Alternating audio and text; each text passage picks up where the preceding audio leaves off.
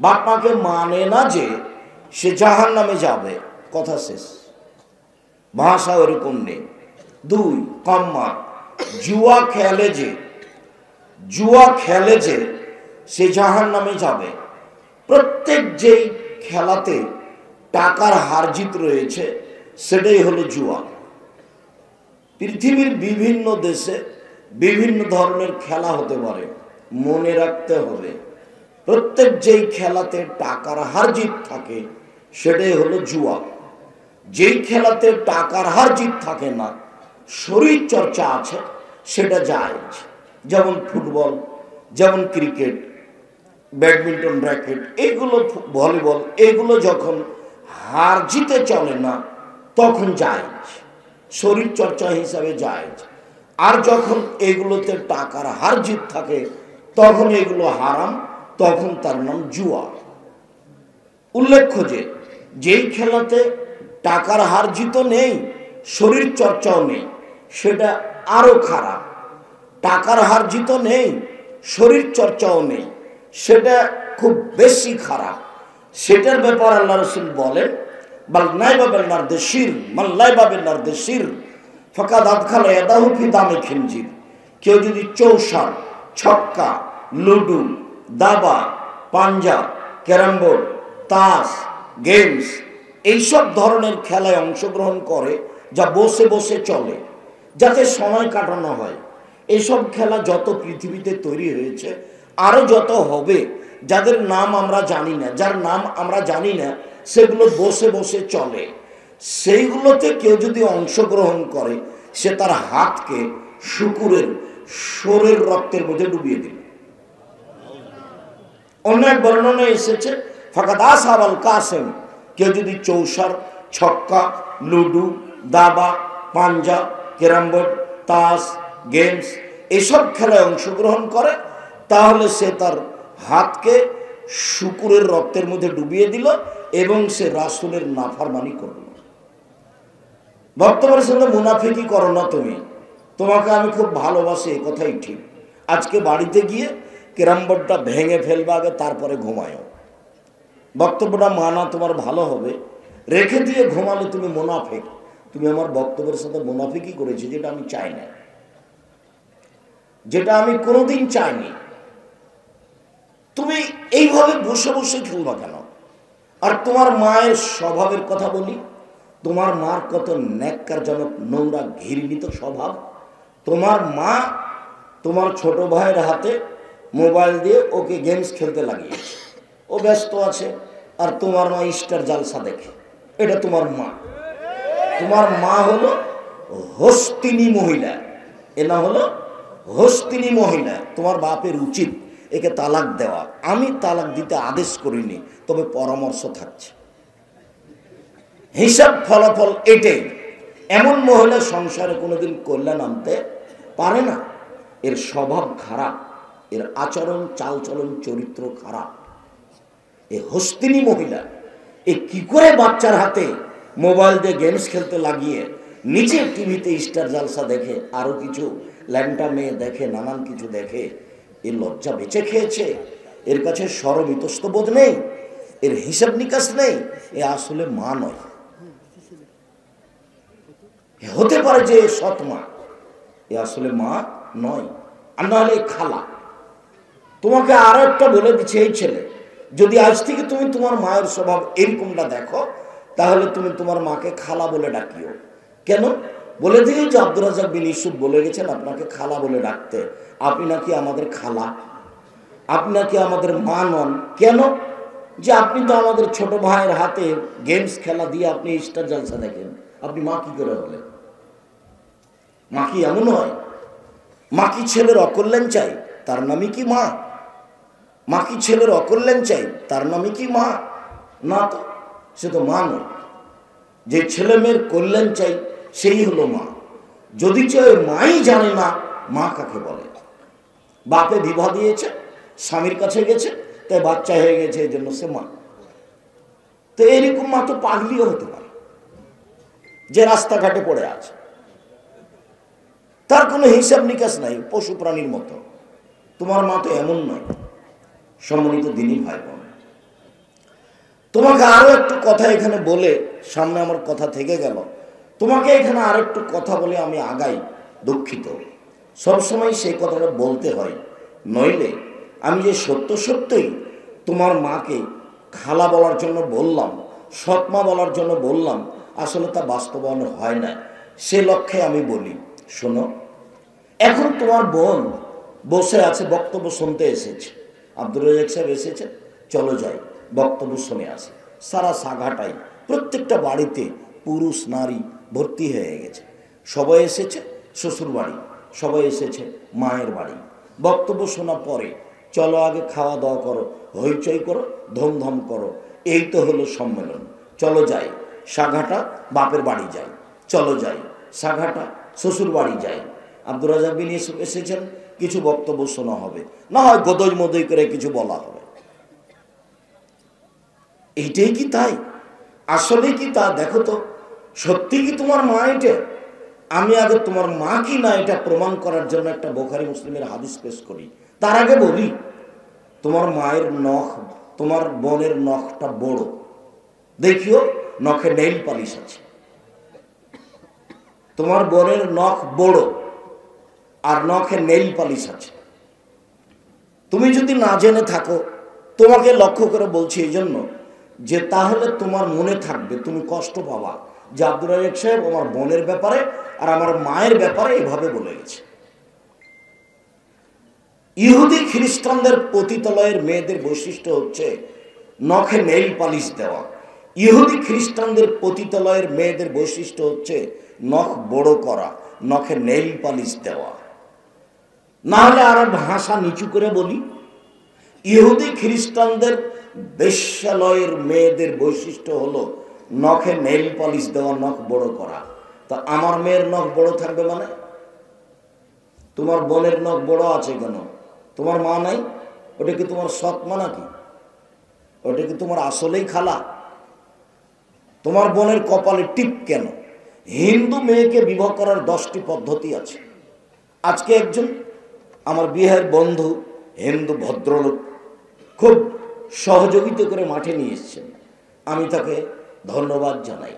হিন্দু মেয়েদেরকে বিবাহ করার 10টি পদ্ধতি আছে। তার একটি পদ্ধতি হচ্ছে রাক্ষসী বিবাহ।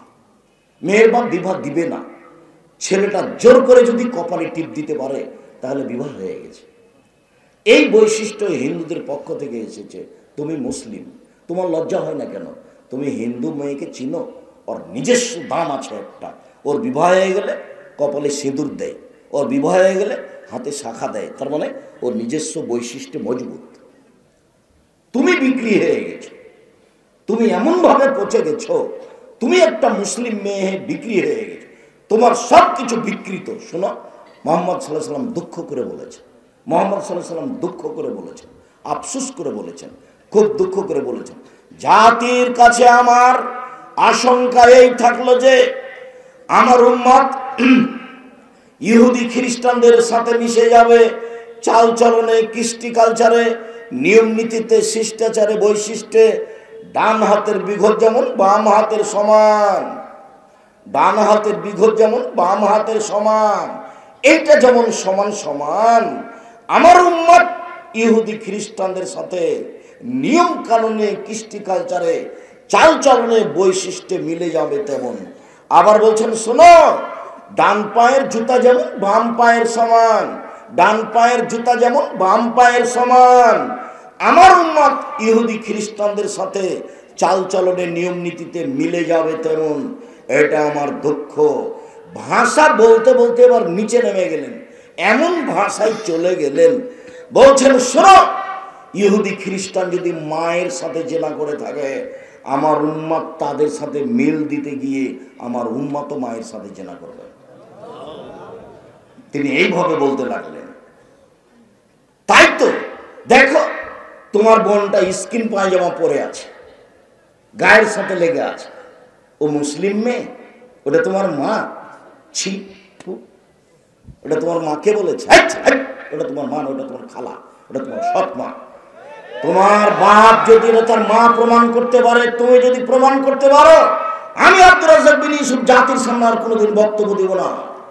তোমার মা এ কথাই ঠিক, এটা তোমার মা এ কথাই ঠিক, এটা তোমার মা হস্তিনী মা, বুঝতে পারেননি? এটা তোমার হস্তিনী মা, এ মা নয়, এই সংসার ধ্বংস করতে এসেছে। এই ছেলে, তোমার বোনটার পায়জামা এমন বড় ফাঁকা যে আর একটা মানুষ ঢুকবে।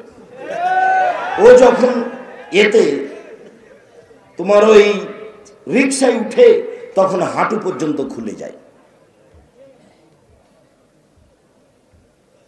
হিন্দু মহিলাদের বৈশিষ্ট্য আছে। রবি ঠাকুরের মা গোসল করতে গেলে পালকিতে করে নিয়ে যেত, কে যেন না দেয়, নদীতে এইভাবে ডুবিয়ে নিয়ে চলে আসতো। ওদের পরিবারে কেউ ছাদের উপরে যাবে না। আমাদের এগুলো এমন হলো কেন? আল্লাহর নবী আফসোস করে বলেছেন, এরা ইহুদি খ্রিস্টানদের সাথে মিশে যাবে। তোমার বোনের পায়জামাটা স্কিন এমন ভাবে গায়ের সাথে লেগে আছে, শরীরের উঁচু নিচু তো বোঝা যাচ্ছে, লজ্জা স্থানও বোঝা যাচ্ছে। এটা একটা মুসলিম মেয়ে করতে পারে কি করে? বলো যে এটা আমার বাপ। বলো দেখি, তোমার বাপ তো দেখতে পাই, তোমার মা তো দেখতে পায়। কেমনে চলে কিভাবে? এটা হয় কি করে?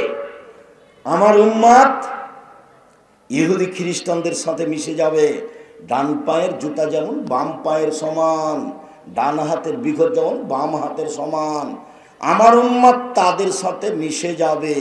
মিশতে মিশতে এমন ভাবে মিশবে যে ওরা যদি মায়ের সাথে জেনা করে থাকে, আমার উম্মাতও করবে। এই ছেলে, বলো তো দেখি, তোমার মাথার চুলটা উপরে বড় আছে, সব চাঁচার চতুর্দিক কেন? তুমি কখন ব্রাজিলের খেলোয়াড়ের মতো হয়ে ইহুদি খ্রিস্টান হয়ে গেছে? তোমার চুল, এটা তোমার মা দেখতে পায় না, তোমার বাপ দেখতে পায় না, এভাবে চুল ছেড়েছে কেন? তোমার গায়ে একটা গেঞ্জি আছে, পিছনে লেখা আছে 47, পিছনে লেখা আছে 10, ও দেখতে দেখতে নামাজ শেষ। আমি লন্ডন সফরে সাউথ হলে জুমার খুতবা দিয়ে নিচে নামছিলাম, তো দৌড়ি একটা লোক একটা তার ছেলে নিয়ে এসে আমাকে বলছে একটু দোয়া করে দেন, একটু দোয়া করে দেন। তা আমি ছেলের মাথায় হাত দিতে দোয়া করতে দেখছি, মাথার চুলে বাম দিকে 3টে দাগ দেওয়া আছে এইভাবে। তা আমি মনে করলাম যে মনে হওয়ার মা চুল ছেড়ে দিচ্ছিল, ছেলে কান্নাকাটি করছিল, সেই জন্য এরকম দাগ হয়ে গেছে। তো এবার নিচে নেমে যখন বাম দিকে রাস্তায় ঘুরেছি, তো চুল ছাড়ার সাইনবোর্ড দেওয়া আছে, তো ওইভাবে দাগ দেওয়া আছে। আমি বললাম, এই দাগে আপনার ছেলের মাথায় দাগ, তাই না? তো হাসছে। দেখেন, লন্ডন উপার্জন করার জন্য এসেছি, আদর্শ বিক্রি করতে আসি।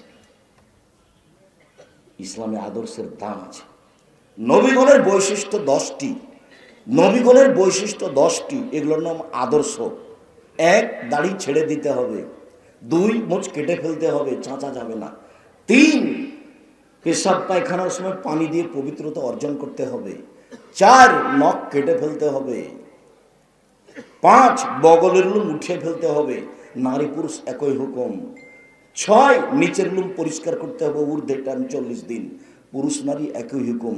এগুলো সব বৈশিষ্ট্য। তোমার মায়ের কথা বলি, কালকে তুমি খেয়াল করিও তো, তোমার মা যখন তোমার ছোট ভাইটাকে জামাটা পরায়, তখন কোন হাতটা আগে ঢোকায়? কোন হাত আগে ঢোকাবে? ডান হাত। ওই ছেলেটা বলছে বাম হাত। ওর মাকে ওভাবে দেখেছে, ডান হাতটা আগে ঢোকাবে, ডান পাটা আগে ঢোকাবে। তোমার মা যখন তোমার ছোট ভাইটাকে নিয়ে শুইবে, কোন কাতে শোয়াবে? ডান কাত। এর নাম শিষ্টাচার। প্রত্যেকটা হাদিসে আছে শিষ্টাচার। শিষ্টাচার কি জিনিস? 1 মিনিট, শিষ্টাচারের কথা বলে আবার ফিরে যাচ্ছি কথায়, মূল কথায় আছি যে 1 টাকা সুদ খেলে 36 বার জেনা করে যত পাপ হবে, 1 টাকা সুদ খেলে তার চেয়ে বেশি পাপ হবে, অথচ জেনা মহাপাপ। এইখানে আছি আমরা মূল কথার মধ্যে ঢুকে আমরা এভাবে আছি। এখন একটা জিনিস দেখাই, খালি কেন শিষ্টাচার? যেখানে সেখানে শিষ্টাচার, কথায় কথায় শিষ্টাচার। তো আগে ওই হাদিসটাই শোনাই, যেটাতে সরাসরি তোমার আম্মাকে নিয়ে কথা হবে। এই ছেলে, এদিকে খেয়াল করো, এক খেয়ালে চেয়ে থাকবা, পাখি যেন তোমাকে মনে করে তুমি পাথর। আর যারা দাঁড়িয়ে আছেন, আমি অনুরোধ করব, কষ্ট হলেও আপনি হাঁটাহাঁটি করবেন না। আমি জানি 10 মিনিট দাঁড়িয়ে থাকা যায় এক খেয়ালে, 20 মিনিট যায়, তারপরে আর যায় না, যার কারণে বসা ভালো। এরপরেও যদি আপনি দাঁড়িয়ে থাকেন খুব শক্ত হয়ে, একেবারে মজবুত হয়ে এক খেয়ালে চেয়ে থাকবেন, কষ্ট যতই হোক আমি আপনার জন্য এসেছি। আর আমি কথা বলবো, আপনি দোকানে গিয়ে চা খাবেন, গল্প করবেন, এত নোংরা ন্যাক্কারজনক জঘন্য কাজ আপনি করিয়েন না। আপনাকে আমি মানুষ মনে করি, আপনাকে আমি গরু ছাগল মনে করি না। বুঝেও বুঝে না ওরা, অন্তর আছে বুঝে না, দেখেও দেখে না ওরা, চক্ষু আছে দেখে না, শোনেও শোনে না ওরা, কান আছে শোনে না। উলাইকা কালানাম, তারা পশু প্রাণীর মতো, তারা গরু ছাগলের মতো, তারা কুকুর শ্রীগালের মতো, বালু মাজাল বরং তার চেয়ে খারাপ। আল্লাহ মানুষকে কুকুর শ্রীগালের চেয়ে খারাপ বলছে। 10 কিলোমিটার, 20 কিলোমিটার, 30 কিলোমিটার, 50 কিলোমিটার থেকে মানুষ এসে সামনে বসে আছে, আর আপনি চায়ের স্টলে বসে আছেন। মানে আপনার একটু লজ্জা হয় না কেন? আপনার একটু শরম হয় না কেন? আপনার একটু হায়া হয় না কেন? আপনার একটু ইতস্তবোধ হয় না কেন? মিছিল করে করে কি আপনি একেবারে পেশাব পায়খানার সাথে মিশে গেছেন? আপনি ওখানে থাকবেন কেন? আমি আব্দুর রাজ্জাক বিন ইউসুফ 90 সাল থেকে মাঠে আছি। সাঘাটা কলেজ মাঠে বক্তব্য দিয়েছিলাম 1995 সালে।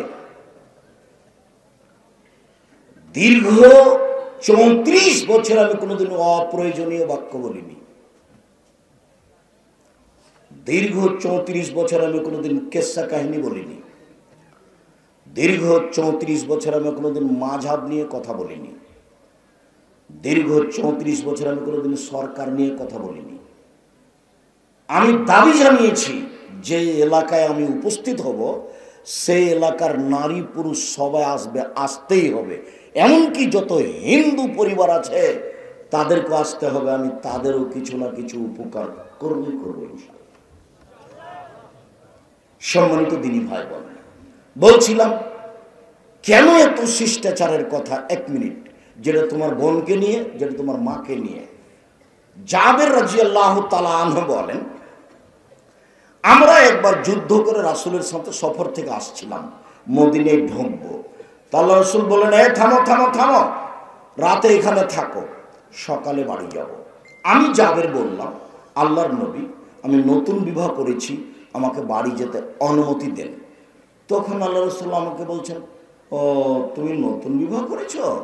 কুমারী মেয়ে বিবাহ করেছো না তালাকপ্রাপ্তা মেয়ে বিবাহ করেছো? তুমি কুমারী মেয়ে বিবাহ করেছো না তালাকপ্রাপ্তা মেয়ে বিবাহ করেছো? আমি বললাম যে তালাকপ্রাপ্তা মেয়ে বিবাহ করেছি।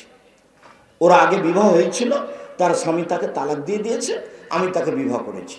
তো আল্লাহ রাসূল আমাকে বলছেন, আরে হাল্লা বিক্রম তুলাই বহ তুলাই বোকা, তুমি কুমারী মেয়ে কেন বিবাহ করলে না? তুমি তার সাথে খেলতেও, তোমার সাথে খেলতো।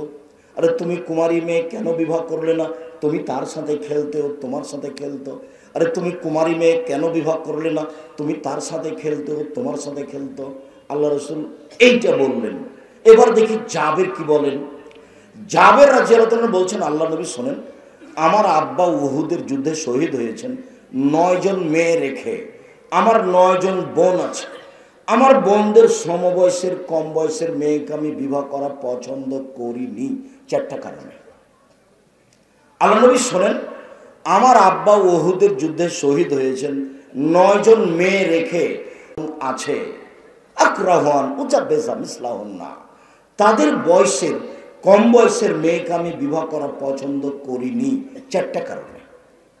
আল্লাহ নবী শোনেন, আমার আব্বা উহুদের যুদ্ধে শহীদ হয়েছেন 9 জন মেয়ে রেখে। আমার 9টা বোন আছে। আমার 9টা বোনের দিকে লক্ষ্য করে আমি কম বয়সের মেয়েকে বিবাহ করা পছন্দ করিনি। 1 লে তুয়াল্লে মাহুন্না, আমার স্ত্রী আমার বোনদেরকে বিদ্যা শিখিয়ে দিবে। 2 অলে তুয়াদ দেবাহুন্না, আমার স্ত্রী আমার বোনদেরকে শিষ্টাচার শিখাবে। 3 অলে তুরাজ্জলাহুন্না, আমার স্ত্রী আমার বোনদের মাথার চুল চিরুনি করে সাজগোজ করে রাখবে। 4 অলে তাকুমা আলাইহিন্না, আমার স্ত্রী আমার বোনদের উপরে পাহারা দিবে। এবার তুমি বলো, এখন তোমার বোনটা এখানে বসে আছে ফ্যাশন বোরকা পরে, তুমি বলো যে আমার মা আছে, বলো তোমার মা কি পাহারা দেয়, বলো দেখি। তোমার বোনটা এখানে মাথায় কাপড় না দিয়ে শীতের দিনে বসে আছে, আর সামনের দিক চুল ছোট করে আছে, আর পায়ে উঁচু স্যান্ডেল পরে আছে নিজেকে লম্বা দেখানোর জন্য। এটা প্রতারণা। আবার দাঁত ছিলে চিকন করে রেখেছে, ভুরু তুলে চিকন করে রেখেছে, যেটা টোটাল এই হারাম, সম্পূর্ণরূপে হারাম। বলো যে তোমার মা আছে, এই ছেলে বলো যে আমার মা আছে। তুমি বলবে খালা কেমন আছেন, বলবেন খালা আসসালামু আলাইকুম, আপনি নাকি হস্তিনী মা, এই কথাই বলবে তুমি। এই ছেলে এই কথাই বলবে তুমি। তোমার মায়ের লজ্জা হওয়া উচিত। তোমার মা এই পরিবারকে ধ্বংস করেছে, এই কথাই ঠিক। রাসূল সাল্লাল্লাহু আলাইহি সাল্লাম সরাসরি তোমার বাপ আর তোমার মা দুইজনকে দায়ী করেছেন। সরকার পরে, সরকার দেশ চালায়, আর তোমার বাপ মা এই বাড়ি চালায়। মুহাম্মদ সাল্লাল্লাহু আলাইহি সাল্লাম তোমার মাকে আর তোমার বাপকে এই পরিবারের দায়িত্ব দিয়েছেন। এক মিনিট শোনো, এদিকে দেখো। আল্লাহ নবী বলছেন, মান আলা সালাসা বানাতিন, কেউ যদি তিনটা মেয়ের লালন পালন করে, এক আদ্দাবাহুন্না, ভালো শিষ্টাচার শিখিয়ে দেয়। শিষ্টাচার কি জিনিস? শিষ্টাচার কি খাওয়ার জিনিস? দুই সাকাহুন্না, তার খানা পানির ব্যবস্থা করে। তিন কাসাহুন্না, তাকে কাপড় চোপড় পরায়। কুন্না লাহু ইয়াউমাল কিয়ামা হিজাবান মিনান নারে, তাহলে এই তিনটে মেয়ে বিচারের মাঠে জাহান্নাম এবং বাপের মাঝে অন্তরাল হবে। ওইদিকে থাকবে জাহান্নাম, আর এইদিকে থাকবে বাপ, আর মধ্যে থাকবে মেয়েরা। মেয়েরা বলবে আমার বাপকে আগে জান্নাতে দেন, তারপরে কথা। মেয়েরা কোথায় আছে? মাঝখানে। আমি এই কথা বলিনি, এই কথা মুহাম্মদ সাল্লাল্লাহু আলাইহি ওয়াসাল্লাম বলেছে। তার এক নম্বরে কথা আছে, ওই বাপ মেয়েকে শিষ্টাচার শিখিয়ে দিয়েছে। শিষ্টাচার কি জিনিস গো? শিষ্টাচার কি খাওয়ার জিনিস নাকি? শিষ্টাচার কি জিনিস? শিষ্টাচার হলো আদব কায়দা। এই যে তোমার বোনটা ফ্যাশন বোরকায় এসেছে, এটা শিষ্টাচার নয়। এই যে ভুরু তুলে এসেছে, এটা শিষ্টাচার নয়। এই যে দাঁত ছিলে চিকন করেছে, এটা শিষ্টাচার নয়। এই যে উঁচু স্যান্ডেল পরে নিজেকে লম্বা দেখাচ্ছে, এটা শিষ্টাচার নয়। এই যে স্কিন পায়জামা পরে আছে, এটা শিষ্টাচার নয়। এই যে সামনের চুল ছোট করেছে, এটা শিষ্টাচার নয়। এই যে আঁটো সাঁটো বোরকা পরে আছে, এটা শিষ্টাচার নয়। এগুলো সব শিষ্টাচার বিরোধী। আল্লাহর নবী এই শিষ্টাচারের কথা বলেছেন, তাহলে সে বাপ জান্নাতে, বাপ জান্নাত যাবে। এইসব নীতি হচ্ছে ইহুদি খ্রিস্টানদের নীতি। ওদের শিষ্টাচার তোমার মা তোমার বোন গ্রহণ করেছে। তাই তো তোমার বোনের হাতে এরকম মোবাইল আছে, তাই তো তোমার মা এইসব স্টার জালসানে ব্যস্ত আছে। তোমাদের পরিবারটা কবরে চলে গেছে। এর নাম পরিবার নয়। সম্মানিত দিনী ভাই বোন, রাসূল সাল্লাল্লাহু আলাইহি সাল্লাম বললেন যে, রাসূল সাল্লাল্লাহু আলাইহি সাল্লামের সামনে জাবের বললেন, আমার স্ত্রী আমার বোনদেরকে বিদ্যা শিখাবে। বিদ্যা কি জিনিস? আমার স্ত্রী আমার বোনদেরকে শিষ্টাচার শিখাবে। শিষ্টাচার কি জিনিস? আমার স্ত্রী আমার বোনদের মাথার চুল চিরুনি করে সাজগোজ করে দিবে। দেখিও তোমার বোনের চুল কিভাবে কাটা আছে সামনে থেকে। মেয়েদের মাথার চুল কাটা যাবে জন্মের 7ম দিনে, আর নয়। দেখো তোমার বোনটার মাথার চুল কেমন হয়ে আছে।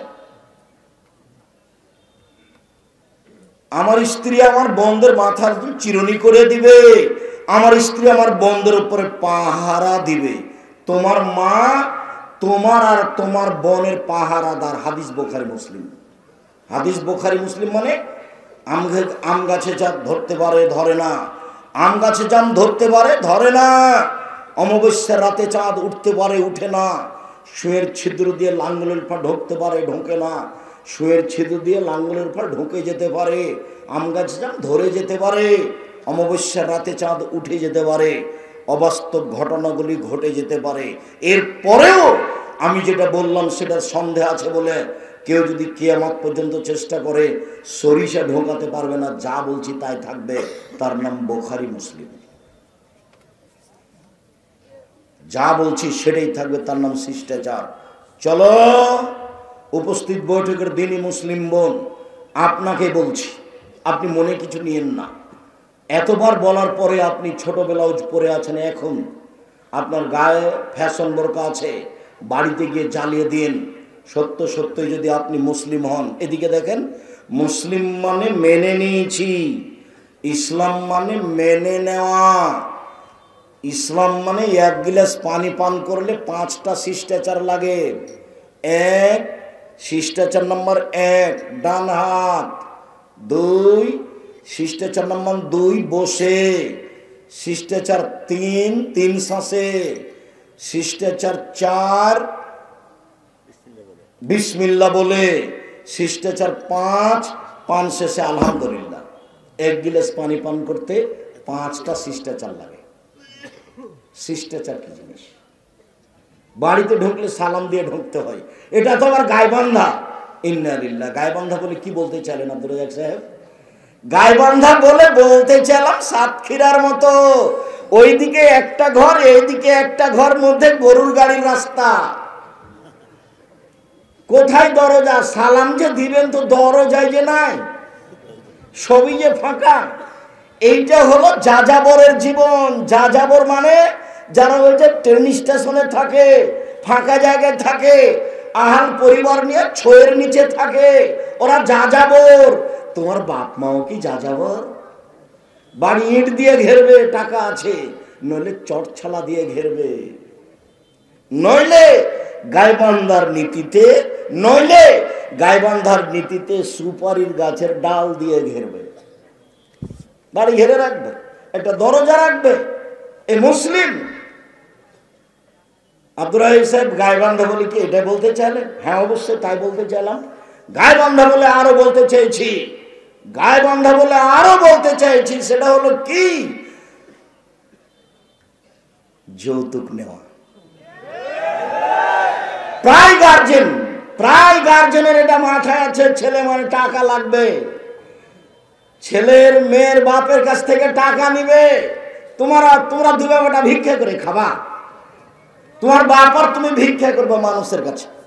যদি সাঘাটাতে কেউ ভিক্ষা না দেয়, গাইবান্ধার ট্রেন স্টেশনে যাও, মানুষের কাছে ভিক্ষা চাবা, ভিক্ষা করে জীবন কাটাবা। শোনো, হ্যাঁ ছেলে শোনো, ভিক্ষা করা টাকা দিয়ে চাউল কিনে ভাত খেয়ে ইবাদত কবুল হবে। ভিক্ষা করা টাকা দিয়ে চাউল কিনে ভাত খেয়ে ইবাদত কবুল হবে। যৌতুকের টাকা দিয়ে চাউল কিনে ভাত খেয়ে ইবাদত কবুল হবে না। যৌতুকের টাকা দিয়ে চাউল কিনে ভাত খেয়ে ইবাদত কবুল হবে না। এই যে বললাম, দেখি কোন মায়ের বেটা কিয়ামত পর্যন্ত সময় থাকলো ফতোয়া এইভাবে উল্টে ধরতে পারে। যৌতুকের টাকা হারাম। মোটরসাইকেল, সাইকেল, ফার্নিচার সব হারাম।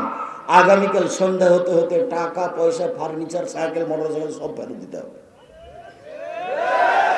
আর তুমি যদি বলো যে আমার শ্বশুর খুশি হয়ে দিয়েছে, তো তোমার শ্বশুরের স্বভাব একটা শোনায়। তোমার শ্বশুরের কাছে যদি এখনই ভিক্ষুক যায়, গিয়ে বলে যে একটু ভিক্ষা দেন, তোমার শ্বশুর বলে মাফ করো, মাফ করো, মাফ করো। খুশি হয়েছে মোটরসাইকেল দিয়েছে মানে তোমার স্বভাবের কারণে দিয়েছে। এটা রংপুর। রংপুর মানে রংপুর, দিনাজপুর, লালমনিরহাট, নীলফামারী, কুড়িগ্রাম, পঞ্চগড়, ঠাকুরগাঁ, গাইবান্ধা, বগুড়া, জয়পুরহাট একই স্বভাবের। যৌতুক নেওয়া স্বভাব এবং বোনদেরকে জমি না দেওয়া স্বভাব। তোমার বাপ পশু প্রাণীর মতো, তোমার বাপ পশু প্রাণীর চেয়ে খারাপ। তোমার বাপকে যদি আমি কুকুর শ্রীগারের স্বভাবের প্রমাণ না করতে পারি, বক্তব্য দেব না। মহান আল্লাহ বলেন, বুঝে না ওরা অন্তর আছে, বুঝে না, দেখেও দেখে না ওরা চক্ষু আছে, দেখে না, শুনে না ওরা কান আছে, শুনে না। উলাইকে কারানাম, তারা পশু প্রাণীর মতো, তারা গরু ছাগলের মতো, তারা কুকুর শ্রীগালের মতো, বালুমাজাল বরং তার চেয়ে খারাপ। তোমার দাদা মারা গেছে 15 শতক জমি রেখে, 15 শতক। তোমার বাপ নিবে 10 শতক আর তোমার ফুফু নিবে 5 শতক। তোমার বাপ সকালে নিবে আর তোমার ফুফু বিকেলে নিবে, এইটা প্রমাণ করতে পারবে কেউ? যদি সকাল বিকেল প্রমাণ না করা যায়, তোমার দাদা 10 বছর হলো মরা, এখন পর্যন্ত তোমার বাপ তোমার ফুফুকে জমি দেয়নি, বলো তোমার বাপ কুকুর শ্রীগালের চেয়ে ভালো না খারাপ? খারাপ। কালকে বলে দিও, আসসালামু আলাইকুম আব্বা, সত্যি কি আপনি কুকুর সিগারেটের চেয়ে খারাপ? আব্দুল রাজ্জাক সাহেবকে আপনাকে এভাবে বলে গেলেন? আমি খুব কষ্ট পেয়েছি। শোনেন, ভাগ্য নিয়ে এসেছি আব্বা, ভাগ্য ছেড়ে আসেনি। কি বলবে তোমার বাপকে? আব্বা ভাগ্য নিয়ে এসেছি, ভাগ্য ছেড়ে আসেনি। ফুফুকে জমি বুঝিয়ে দেন, তারপরে দিন মজুরি করে খাবো না ভিক্ষে করে খাবো, তাকদিরে যেটা আছে সেইটা করে খাবো। আগে ফুফুর জমি বুঝিয়ে দেন, তারপরে কোনো কথা। আর যদি তুমি আমাকে বলো, তো আমার বাপ মরার পরে মাটি দিয়ে এসে সন্ধ্যার সময় আমরা জমি ভাগ করেছি, তারপরে খেয়েছি। যদিও আমার ছোট ভাই জমি চিনে না, আজও চিনে না। আমি এক একটু টুকটাক চিনতাম, এখন ভুলে গেছি। জমি জায়গা কিছু আছে, কিন্তু আমরা চিনা ভুলে গেছি। বনের সামনে চাষ করে খাই, এটাই আমরা জানি। আমরা জমি জায়গায় যাই না। জমি জায়গা এখন কোথায় আছে না আছে স্মরণে আছে, দেখিনি অনেক দিন থেকে, 20, 25, 30 বছর থেকে দেখিনি। সম্মানিত দিনী ভাই বোন, সন্ধ্যা হতে হতে সব টাকা ফেরত দিতে হবে। সন্ধ্যা হতে হতে তোমার বাপ তোমার ফুফুকে জমি দিয়ে দিবে। কি করে খাবে তোমার বাপ? উপরে যেটা ফয়সালা আছে সেটা করে খাবে। উপরে তো একটা ফয়সালা আছে, তোমার বাপ তো এমনি আসেনি। তুমি তো এমনি আসলে পৃথিবীতে, তুমি ভাগ্য নিয়ে এসেছো। আর একজনের উপরে বোঝা হচ্ছ কেন? কেন হবা?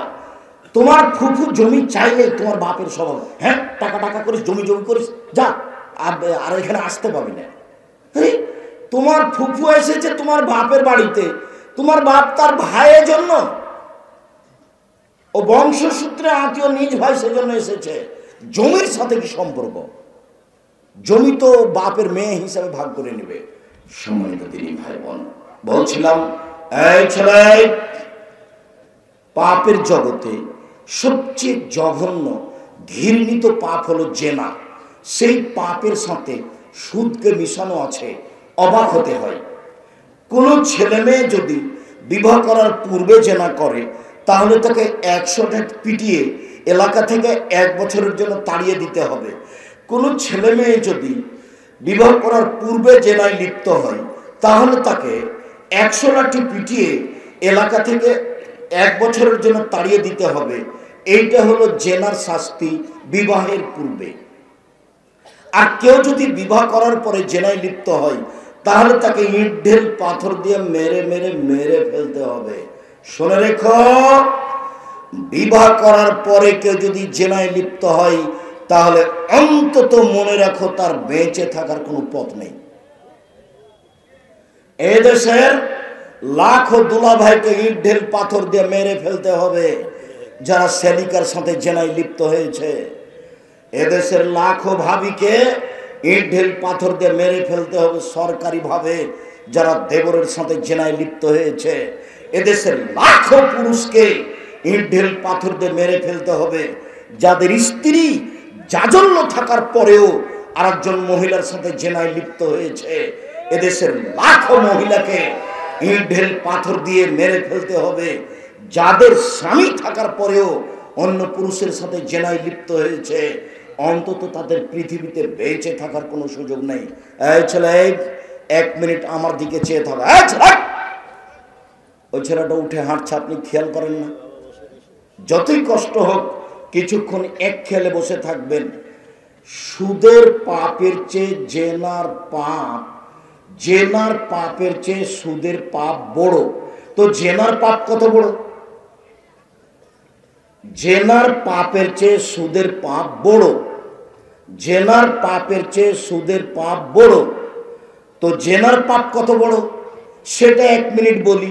জেনার পাপ কত বড়? বিবাহ করার পরে তার বেঁচে থাকার কোনো সুযোগ নেই। 3 শ্রেণীর মানুষকে হত্যা করতে হয়। তাহাজ্জুদ পড়লেও, হজ করলেও, পরহেজগার হলেও, খাঁটি মুসলমান 3 শ্রেণীর মানুষকে হত্যা করতে হয় সরকারিভাবে। তবে 2 জনের বাঁচার পথ আছে। এক, কেউ যদি বলে আমি কোরআন মাজিদ মানি না, তাহলে সে মোরতাদ, তাকে হত্যা করতে হবে। সরকারিভাবে ফাঁসির মঞ্চে নিয়ে যাওয়া হয়েছে, ফাঁস গলায় দেওয়া হয়েছে, টান টান হবে, তখন বলছে ভুল হয়েছে, ভুল হয়েছে, ভুল হয়েছে। আর কোরআন মাজিদ আল্লাহর বিধান, কোরআন মাজিদ আল্লাহর বিধান, তাকে ফাঁসি থেকে নামিয়ে নিতে হবে, তার ফাঁসি হবে না। 2, কেসাস। আপনি আমাকে হত্যা করেছেন, আমার বাপ মা আপনাকে হত্যা করে নিবে, এর নাম কেসাস। তো আপনাকে ফাঁসির মঞ্চে নিয়ে যাওয়া হয়েছে, ফাঁস গলায় দেওয়া হয়েছে, কিন্তু আমার বাপ মা একবারে চিল্লাচিল্লি শুরু করে দিয়েছে, না না না না, আমরা মাফ করে দিলাম, আমরা মাফ করে দিলাম, আমরা কেসাস নিব না, আমরা মাফ করে দিলাম। তখন তোমাকে ফাঁসির মঞ্চ থেকে নামিয়ে নিতে হবে। পাপ ছিল হত্যার যোগ্য। 3, বিবাহ করার পরে কেউ যদি জেনায় লিপ্ত হয় তাহলে তার ফাঁসি হবে, তাকে বাঁচানোর পৃথিবীতে কোনো পথ নেই। 1 মিনিট এদিকে দেখো, 1 মিনিট।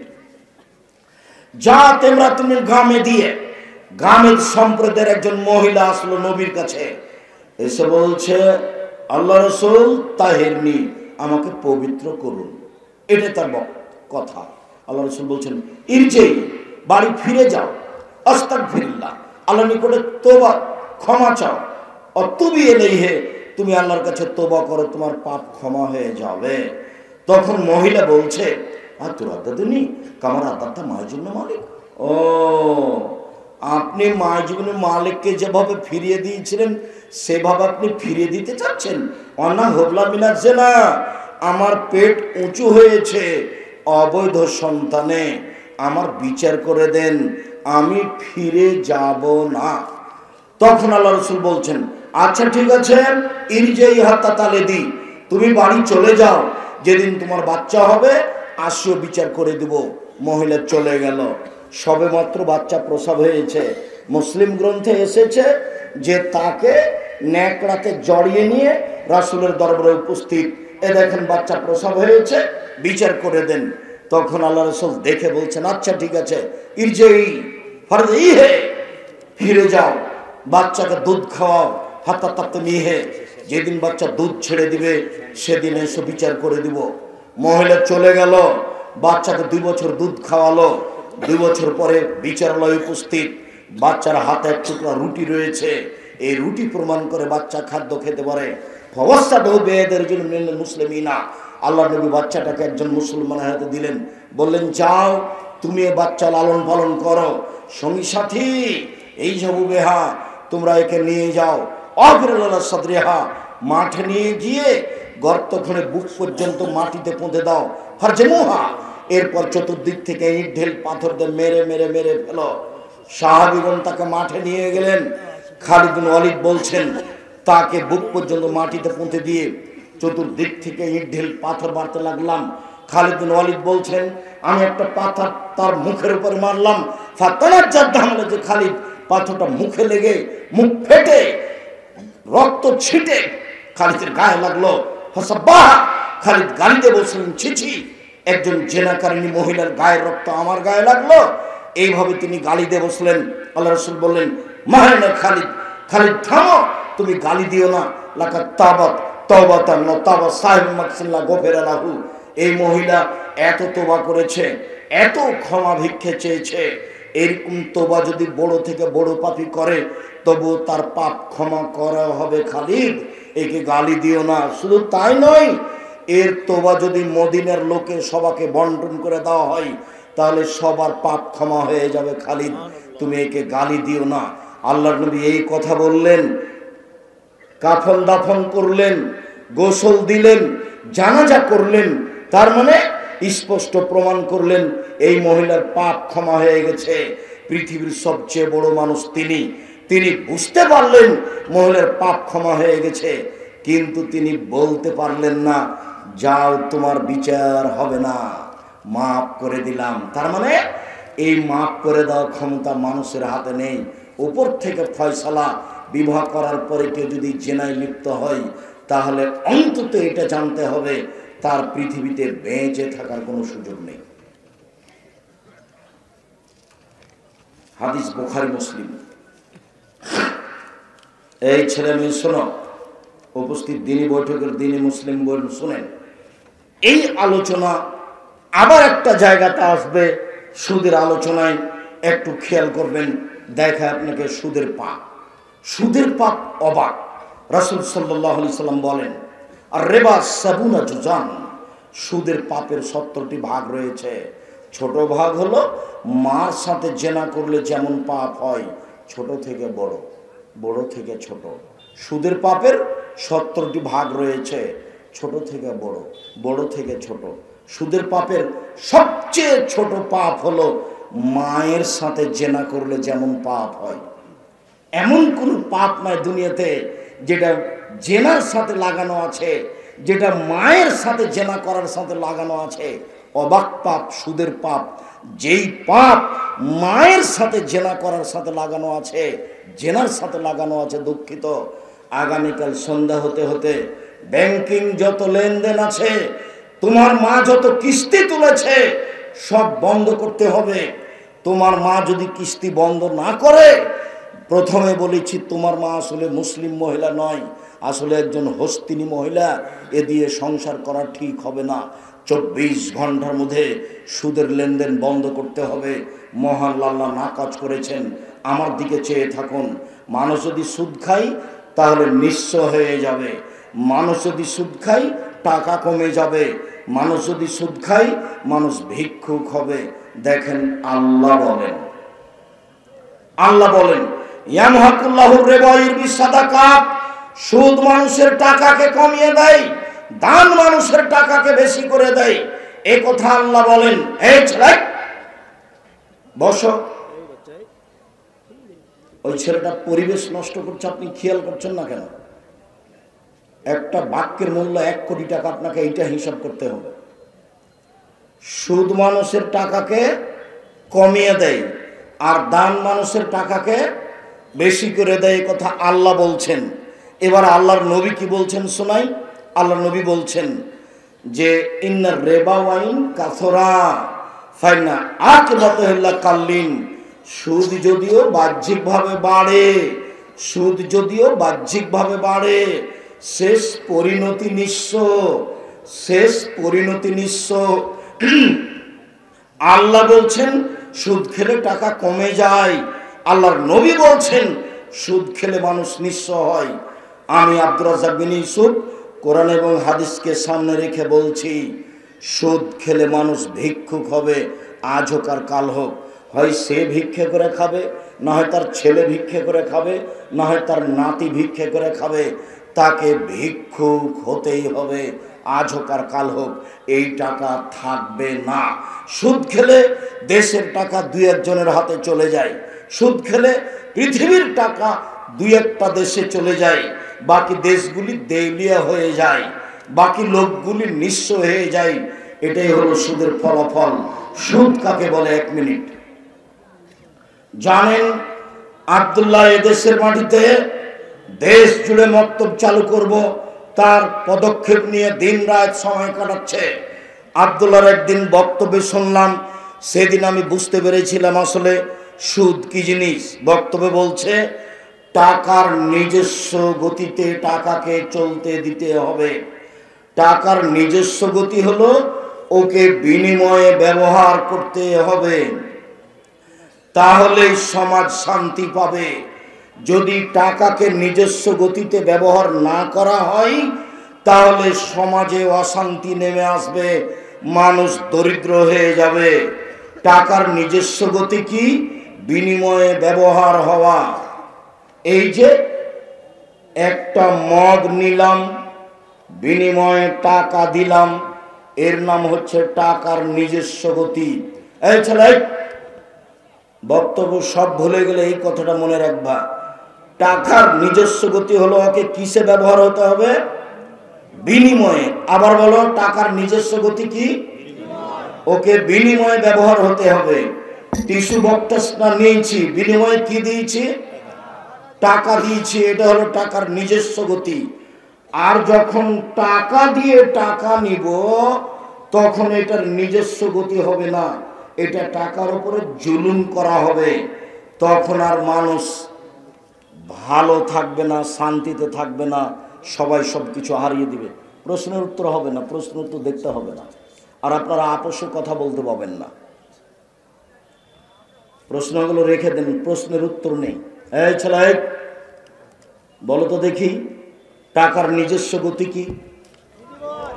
বিনিময়ে ব্যবহার হয়। এই কথাটাই মনে নিয়ে যাবা, এই কথাটাই মনে রাখবা। টাকার নিজস্ব গতি কি? বিনিময়ে ব্যবহার হতে হবে, ওকে ব্যবহার করতে হবে তাকে। আর যদি টাকা দিয়ে যদি আমি টাকা নিই, তাহলে কি টাকা নিজস্ব গতিতে ব্যবহার হলো না, ওর উপরে জুলুম করা হলো। তখন মানুষ গরিব হয়ে যাবে।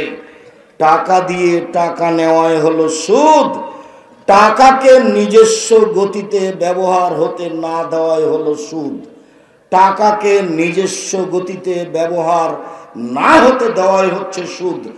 টাকার নিজস্ব গতি হলো বিনিময়ে ব্যবহার হবে। মহান আল্লাহ বলেন, তারা বলেছিল ইন্নামাল বায়উ মিসলুর রিবা, সুদ হচ্ছে ব্যবসার মতো। সুদে টাকা বাড়ে, ব্যবসাতেও টাকা বাড়ে। সুদে টাকা বাড়ে, ব্যবসাতেও টাকা বাড়ে। ইহুদি খ্রিস্টান যখন এই কথা বলল, তখন আল্লাহ তাআলা বললেন, পৃথিবীর মানুষ মনে রেখো, আহলাল্লাহুল বাইয়া ওয়া হাররামার রিবা, সুদ চিরদিনের জন্য হারাম, ব্যবসা চিরদিনের জন্য হালাল। সুদ চিরদিনের জন্য হারাম, ব্যবসা চিরদিনের জন্য হালাল। শুধু তাই নয়, শুধু তাই নয়, আল্লাহ রাসূল বলছেন, তাজেরা সাদেক এখনো ইয়াউমাল কিয়ামা মা শুহাদা ও সিদ্দিকুল আম্বিয়া, সত্যবাদী ব্যবসায়ী বিচারের মাঠে নবীগণের সাথে থাকবেন। সত্যবাদী ব্যবসায়ী বিচারের মাঠে কাদের সাথে থাকবে? নবীগণের সাথে। আর সুদখোর জাহান্নামে যাবে।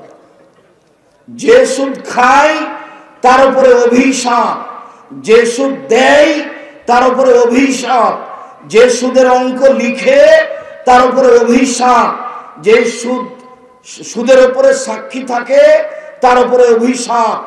সবাই সমান, সবাই সমান, সবাই সমান। বাংলাদেশে এমন কোনো ব্যাংকিং ব্যবস্থা নেই, বাংলাদেশে এমন কোনো ইন্স্যুরেন্স নেই যেটা সুদ মুক্ত।